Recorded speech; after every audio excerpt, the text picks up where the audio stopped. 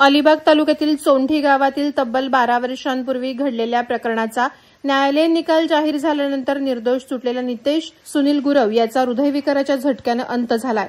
या प्रकरणात दिलीप भोईर उर्फ छोटम शेठ आणि अन्य काही साथीदारांना शिक्षा ठोठावण्यात आली होती, तर काही जणांना निर्दोष मुक्त करण्यात आलं होतं।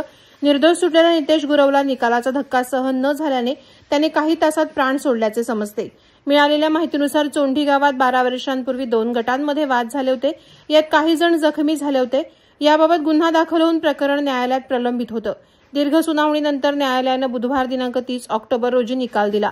न्यायालयानं दिलीप भोईर उर्फ छोटम शेठ आणि त्यांच्या काही साथीदारांना दोषी ठरवत शिक्षा सुनावली, तर काहींना निर्दोष मुक्त केलं।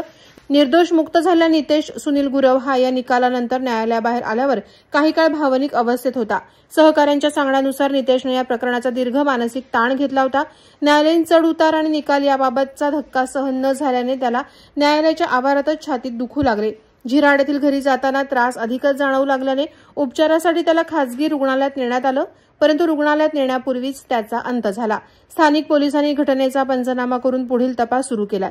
12 वर्षांनंतर निर्दोष सुटका झाली, पण आनंद साजरा करण्यापूर्वीच नितेश गुरवचा दुर्दैवी अंत झाल्याने परिसरात हळहळ व्यक्त होत आहे।